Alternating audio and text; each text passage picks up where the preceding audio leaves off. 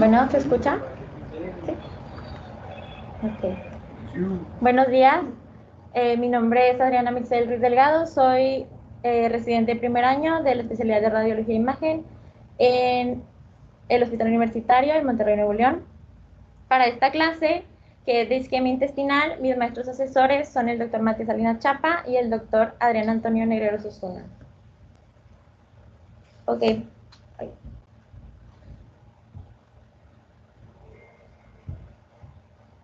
Los objetivos de esta clase principalmente serán reconocer los hallazgos característicos de la isquemia mesentérica en imágenes de tomografía computarizada, así como describir los mismos para la evaluación de la viabilidad intestinal, ya que estos variarán según la causa y la fisiopatología subyacente.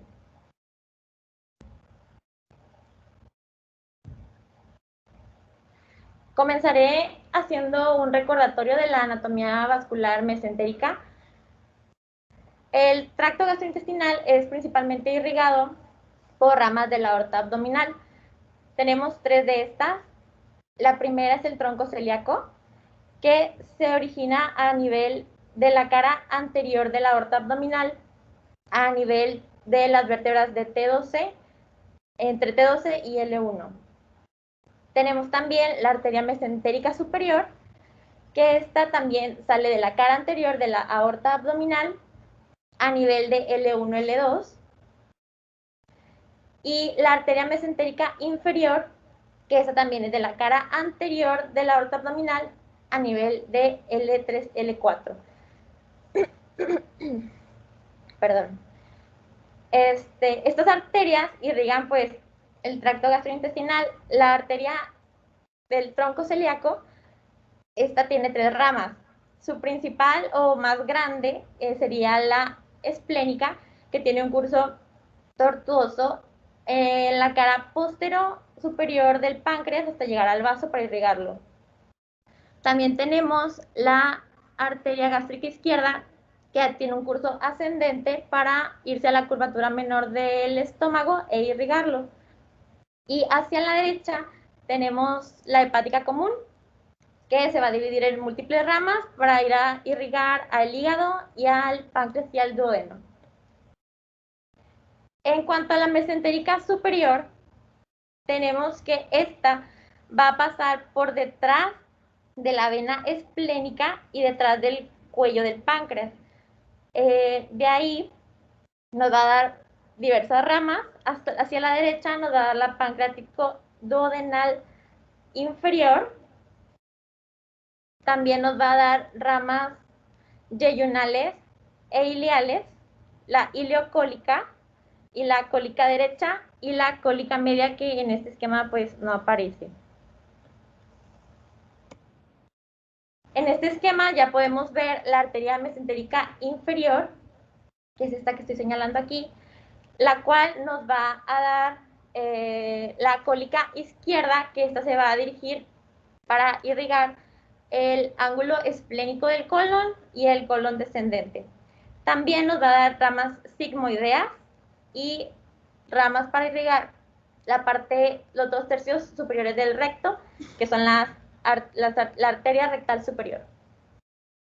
En el drenaje venoso tenemos principalmente dos arterias que van a ir a que van a ir a drenar al sistema portal, las cuales son la mesentérica superior y la mesentérica inferior.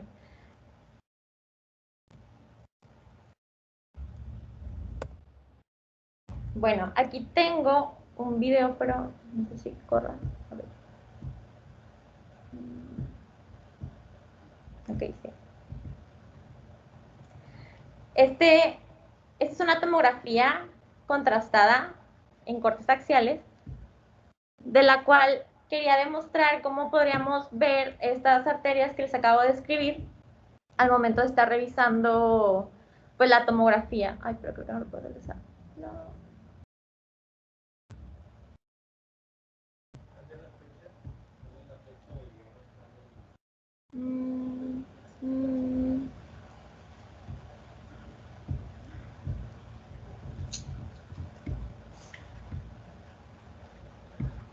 pues, ¿cómo flecha? Ajá. ¿Quieres ver el video? No me sale. No te sale. No sé. No te sale la opción de pausa. Entonces no, ahí sí no podría. No. No le vayamos.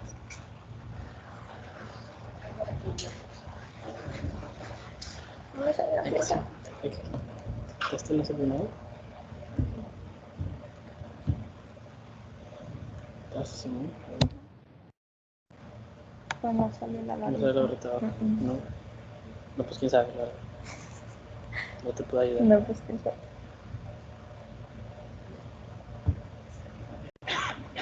Sorry. Bueno, creo que no lo puedo detener, pero voy a ir describiéndolo así rápidamente en lo que va corriendo. Principalmente, pues tenemos que va a salir el tronco celíaco de la cara anterior. Ahí va muy rápido. Y luego, ok, ya vimos la mesentérica superior. Y esta de aquí, chiquitita, que es la más pequeña, sería la mesentérica inferior. Que en el esquema de al lado, que es un corte coronal, ahí sí podemos ver la mesentérica inferior. Una disculpa, no salió como quería.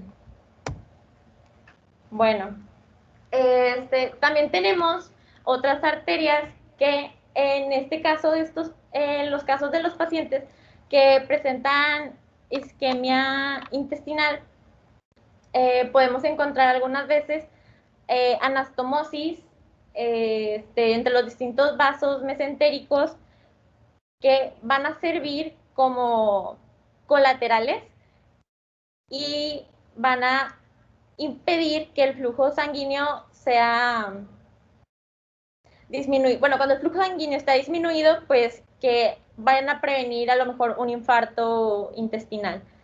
Entonces, bueno, tenemos primero el arco de Bühler, el cual va a ser una unión entre la mesentérica inferior, como podemos ver, superior, perdón, como podemos ver en este diagrama, que se va a unir con el tronco celíaco. También tenemos el arco de Riolan, que de la mesentérica inferior se va a unir hacia el... Ay, no sé. Una disculpa. Ahí está. Gracias. También tenemos el arco de Riolan, el cual va a unir la mesentérica inferior con la mesentérica superior. Y otra que son de las ramas terminales de la mesentérica inferior y superior, el cual es la arteria marginal de Drummond, que esta va a ser como un arco a través de la cara interior del colon descendente. Y en estas imágenes de tomografía en cortes coronales podemos ver en esta primera esta larga arteria, la cual corresponde con un arco de Riolan, de cual va desde la arteria mesentérica inferior para unirse hasta la mesentérica superior, que aquí en esta imagen pues salió un poquito cortado. También tenemos aquí como esta maraña de vasitos, las cuales unen la mesentérica superior con el tronco celíaco, que correspondería con el arco de Bühler. Y en este otro que tenemos a la derecha, podemos ver la arteria marginal de Drummond.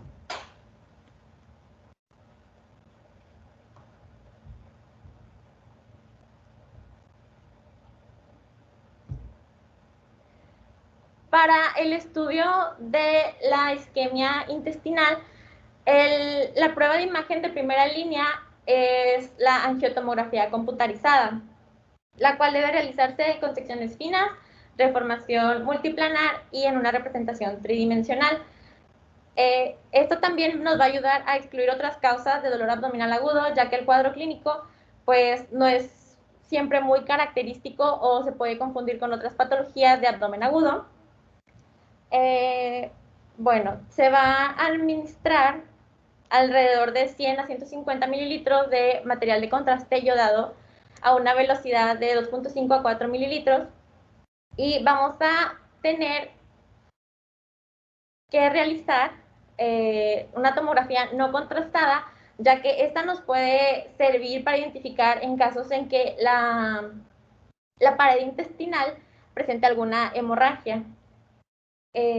También hay que tomar en una fase arterial aproximadamente a los 30 segundos y una fase venosa a alrededor de los 60 o 70 segundos.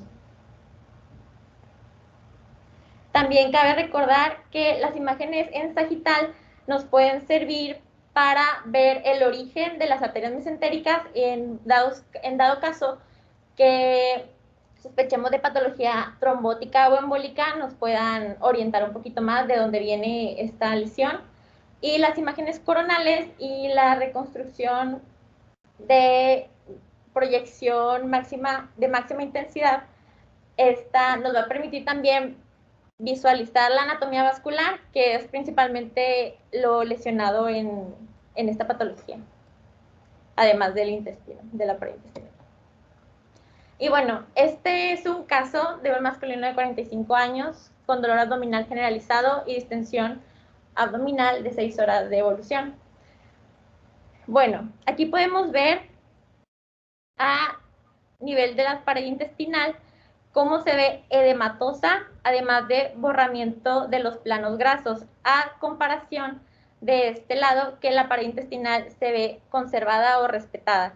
También podemos ver algo de líquido libre y podemos ver también un trombo en la vena mesentérica superior, el cual también correspondería al drenaje que tiene toda esta parte del intestino, y en cambio esta parte del intestino que drena no en la mesentérica superior se ve, o sea, respetado.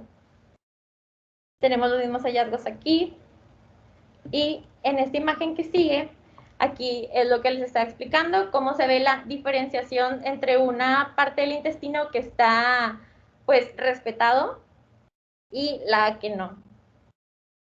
También, como les comentaba, esta parte que señala en amarillo nos podría indicar que tal vez, o sea, pensemos que esté realzando la pared o que fuera una hemorragia de la pared intestinal.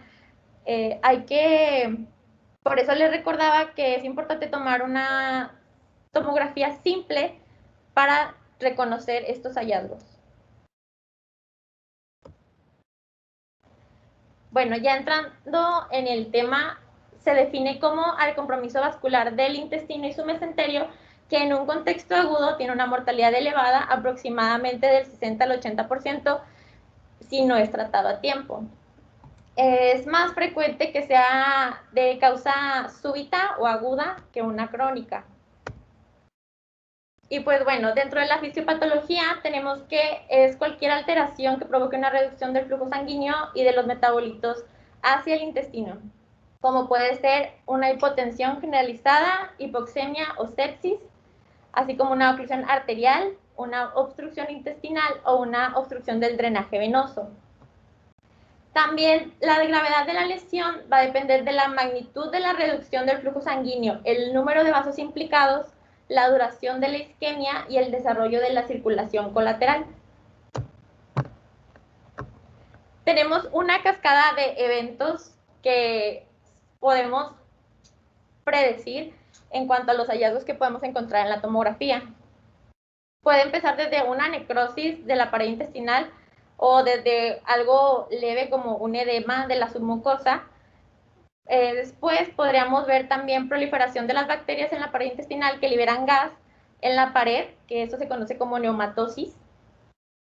También este mismo gas puede pasar por los vasos mesentéricos hacia la vena porta, que la conocemos como neumatosis portal o aire en porta o neumoporta. Y luego también podemos tener sepsis, perforación intestinal y hasta llegar a la muerte. Y bueno, estas imágenes las puse para representar la neumatosis intestinal, que es el aire dentro de la pared intestinal, como podemos ver aquí, que lo delimita muy bien, que son como áreas hipodensas que se localizan en la pared. Y de este lado tengo para representar el aire en la porta, que es importante diferenciarlo de la neumobilia, la cual se van a diferenciar por su patrón. En este caso, el aire en porta lo vamos a ver como un patrón periférico y la neumobilia la vamos a ver como un patrón central. Tenemos en este esquemita los diferentes subtipos de la isquemia mesentérica. Tenemos la aguda y la crónica. Como ya les mencionaba, la aguda es la más frecuente, con un 95% de los casos. Esta se va a dividir en otras 4, que es la arterial, la cual se va a dividir en embólica y trombótica. También tenemos la veno-oclusiva, no oclusiva y la obstrucción intestinal por estrangulamiento. En cuanto a la crónica, esta se asocia más a una enfermedad aterosclerótica difusa, como se puede ver en adultos mayores. Y bueno, en cuanto a la presentación clínica, hay unas cuantas diferencias en cuanto a la isquemia mesentérica aguda versus la crónica. En la aguda, generalmente son pacientes de la tercera edad o también pueden ser pacientes hospitalizados con comorbilidades. Cuando son pacientes más jóvenes, hay que pensar siempre en un evento de tipo embólico y también indagar en los antecedentes del paciente para ver si tiene algún factor que lo predisponga, como sería una vasculitis, enfermedades de la colágena, hipercoagulabilidad o medicamentos vasoactivos. Ok, y el cuadro clínico se va a presentar como un dolor abdominal severo, desproporcionado a la exploración física. También va a tener otros síntomas muy inespecíficos como la náusea, vómito y diarrea.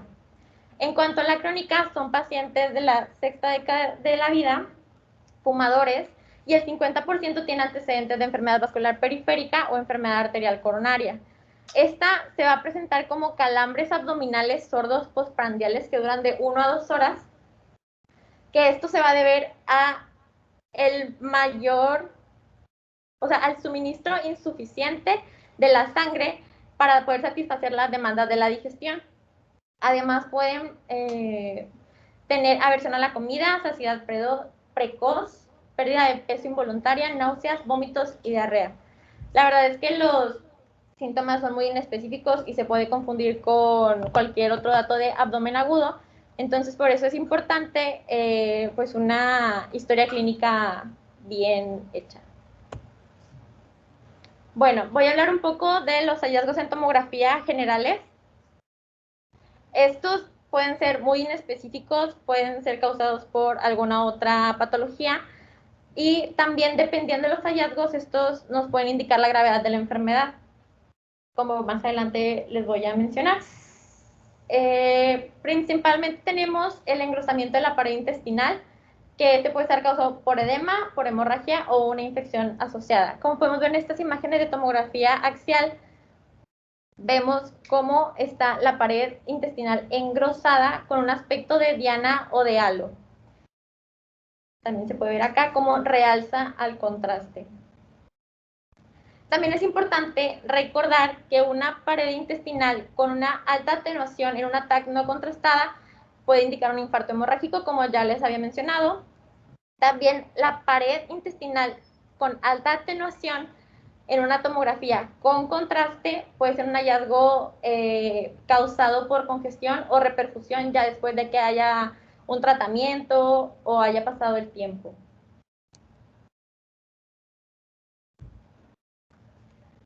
También en dado caso que estemos ante una de tipo trombótico o embólico, vamos a ver defectos de llenado en las arterias y en las venas mesentéricas que pues, nos van a indicar, como les mencionaba, émbolos o los trombos en los vasos. Como podemos ver aquí, en la vena mesentérica superior, un trombo que abarca prácticamente pues, toda su longitud e inclusive hasta a la vena porta. Como les mencionaba también, la ausencia de realce pues, nos va a indicar un infarto, que esto pues indica el cese del flujo arterial. Y pues bueno, dependiendo del tiempo de evolución, este se puede infartar y hasta perforar. Ya después pues encontramos aire libre en cavidad, líquido libre, etc. Aquí también podemos ver el edema de la pared y cómo en una tomografía... Ok, sí, podemos ver cómo está realzando muy levemente al contraste. Otro dato importante es el adelgazamiento de la pared, que se está causado por la pérdida de volumen de los tejidos y de los vasos de la pared intestinal. Esto también es debido a la pérdida del tono muscular, que es ocasional en ocasiones por un hilo adinámico, en el cual pues podemos ver niveles hidroaéreos y también una pared muy delgada, muy finita.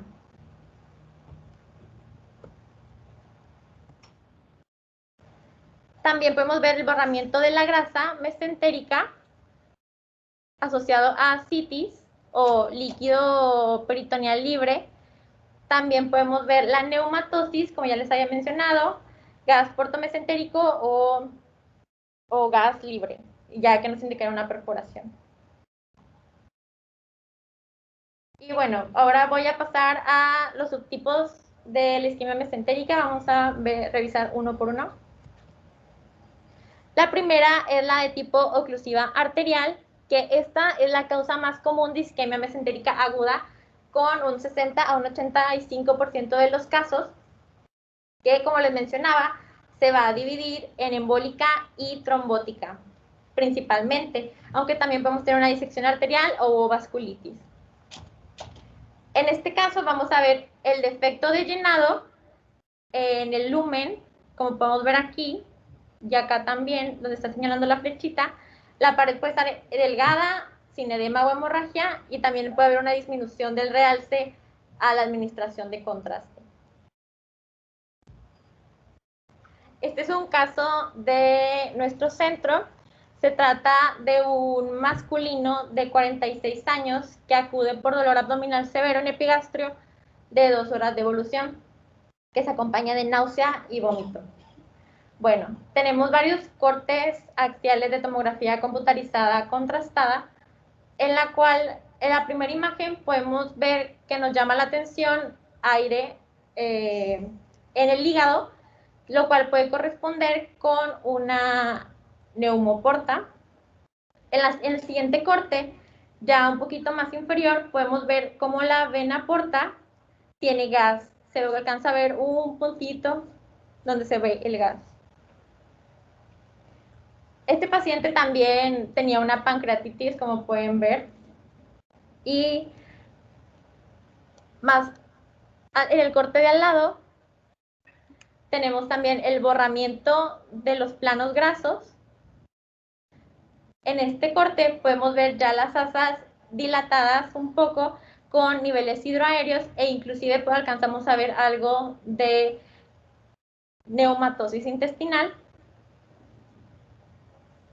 Y acá también se puede delimitar el contorno de la pared por aire. En este caso resultó ser una isquemia mesentérica por trombosis de la vena mesentérica superior, la vena porta y la esplénica. Como podemos ver aquí, en la vena porta se puede alcanzar a ver un defecto de llenado, y acá en la confluencia de la esplénica con la mesentérica superior también alcanzamos a ver un defecto de llenado en su interior, lo cual nos indicaría un trombo.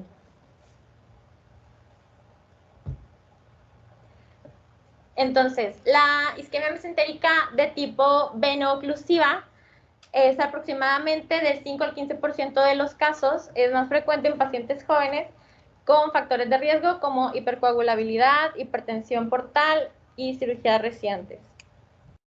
Como ya les mencionaba, pues vamos a ver el defecto de llenado, como es más característico aquí en esta imagen, que está en la luz del vaso.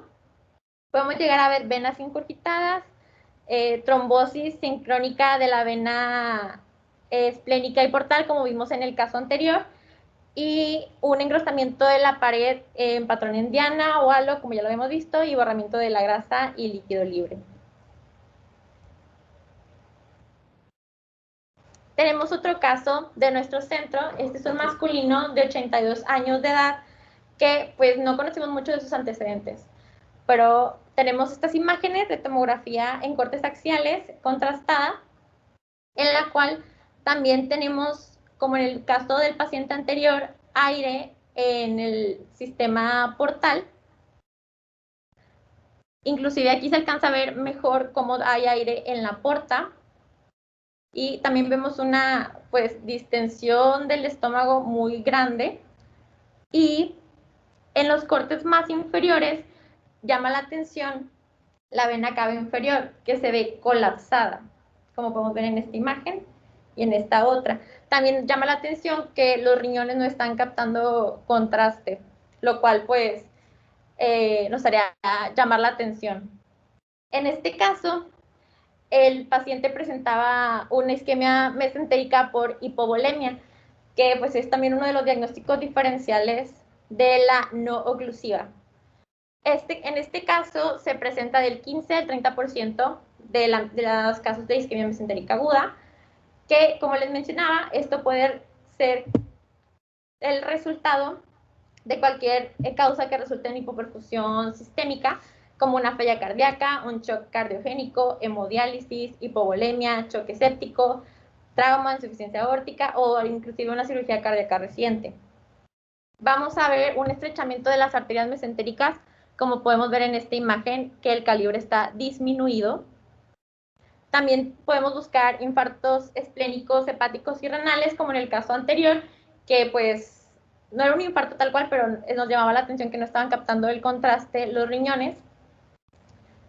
También la disminución del calibre de la aorta, la vena cava inferior colapsada y puede haber algún realce de las suprarrenales y riñones en algunas ocasiones.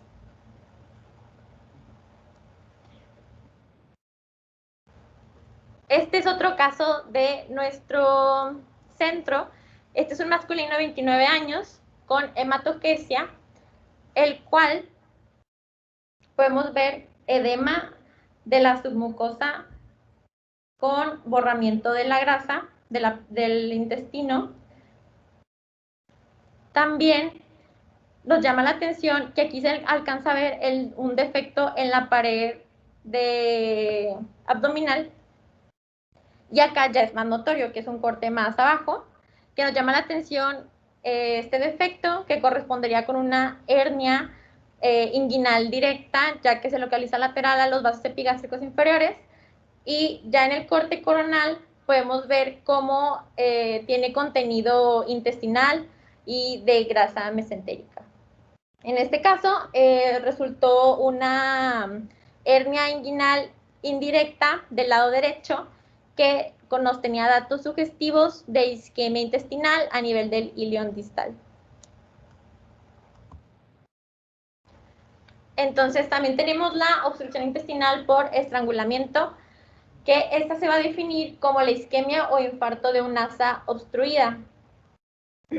Esto puede ser causa de las obstrucciones del intestino delgado en un 10%. La estrangulación en esta patología es más común en una obstrucción de circuito cerrado, donde un segmento del intestino está obstruido proximal y distal en un mismo punto, que hace como un loop, un asa. En este caso, vamos a ver disminución del realce de la pared intestinal, en la cual está, perdón, si vamos a ver disminución del realce de la pared intestinal asociado al líquido mesentérico. Aquí podemos ver cómo llama la atención así esta imagen como en globitos, y en la cual también vemos un realce de la pared intestinal y que llama la atención que en esta pared no realza. Así como borramiento de la grasa mesentérica.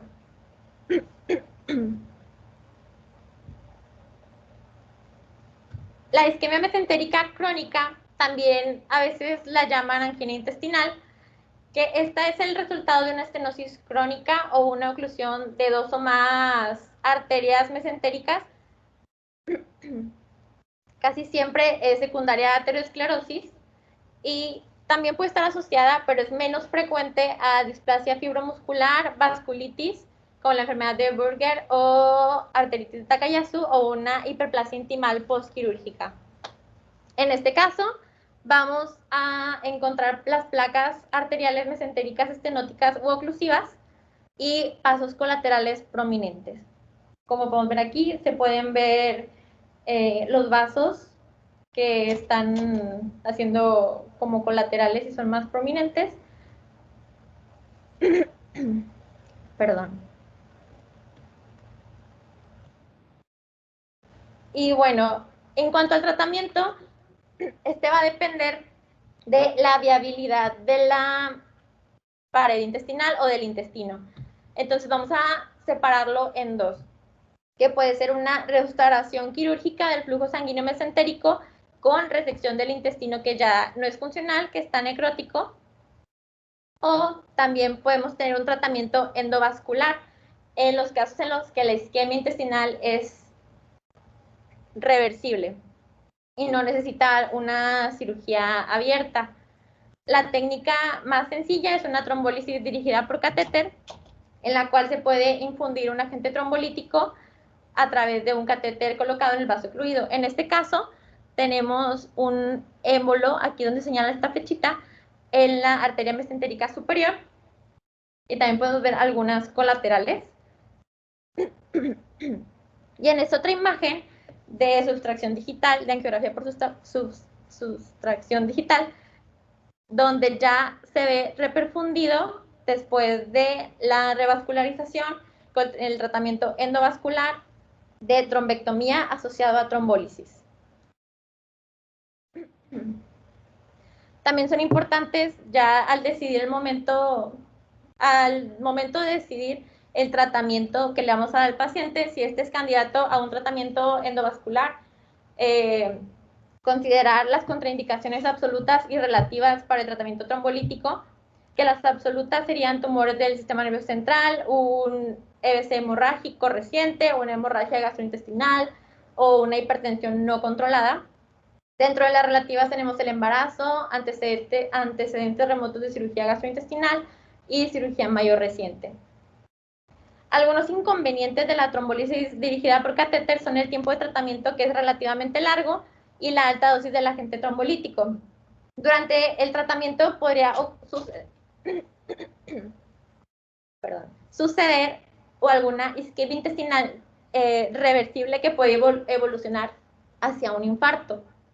En estos casos, pues, sería importante considerar la laparotomía o la laparoscopía. Y pues bueno, también como complicaciones podemos tener la hemorragia del intestino isquémico después de la reperfusión o una hemorragia intracraneal, que son pues graves.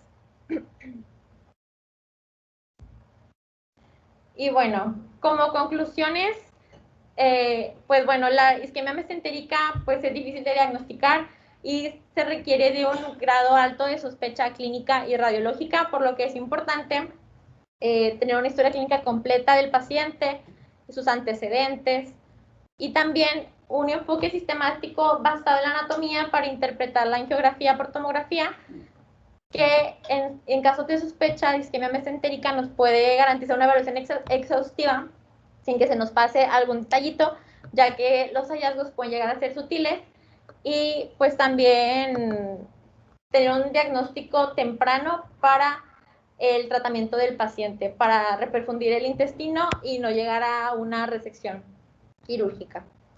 Y pues de mi parte sería todo. No sé si tengan algunos comentarios. ¿Comentarios?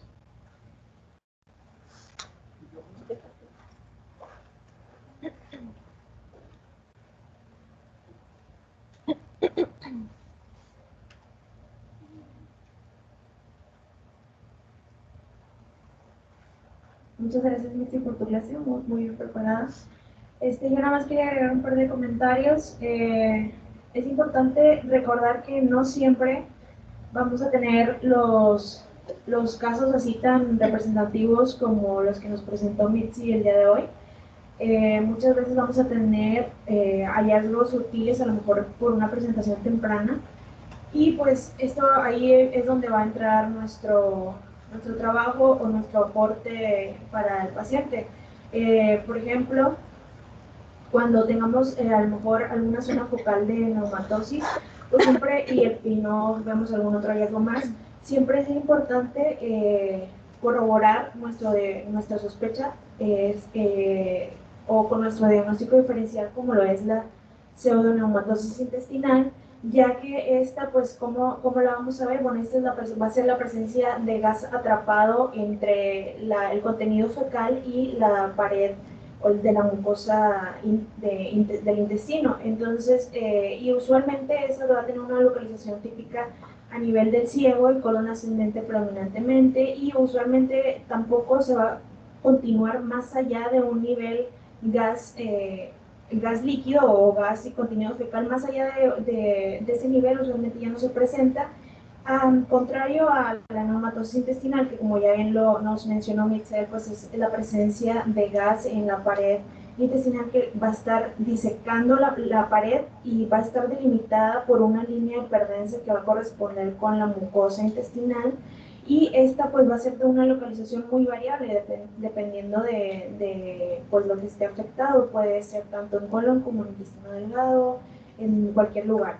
Y a diferencia de la pseudoneumatosis, y entonces en este caso va a ser siempre que tengamos un hallazgo sutil como una neumatosis focal, hacer nuestro diagnóstico diferencial, y ahora ya que lo confirmamos que sí se trata de una neumatosis intestinal, bueno, hay que ver por qué tiene ese gas. Siempre hay que preguntarnos por qué tiene ese gas en la pared.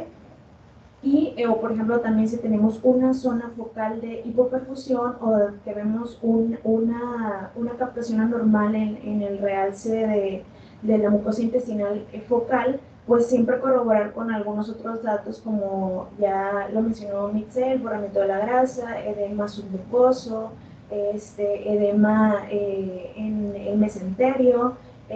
Buscar siempre y tener en mente los diagnósticos diferenciales, siempre pensar por qué está eso, por qué está la neumatosis, qué es lo que lo está condicionando, y entonces ir a buscar la etiología con los diferentes diagnósticos diferenciales, sea arterial, sea venoso, sea por obstrucción, etcétera, los que ya nos mencionó muy bien en la clase.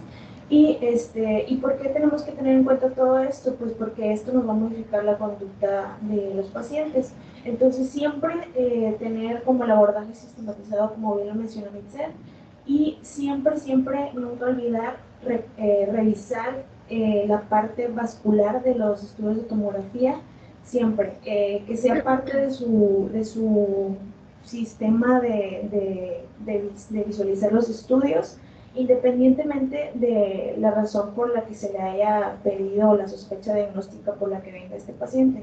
Siempre téngalo presente en su abordaje, ya que esto pues nos puede, a lo mejor venía por otra causa, pero era el trasfondo, era por una trombosis o algo de isquemia. Entonces siempre hay que revisarlo bien en su sistema de abordaje en los estudios de tomografía, para hacer el diagnóstico oportuno y poderlo referir a tiempo, pues, con el clínico o sea con el servicio de intervención.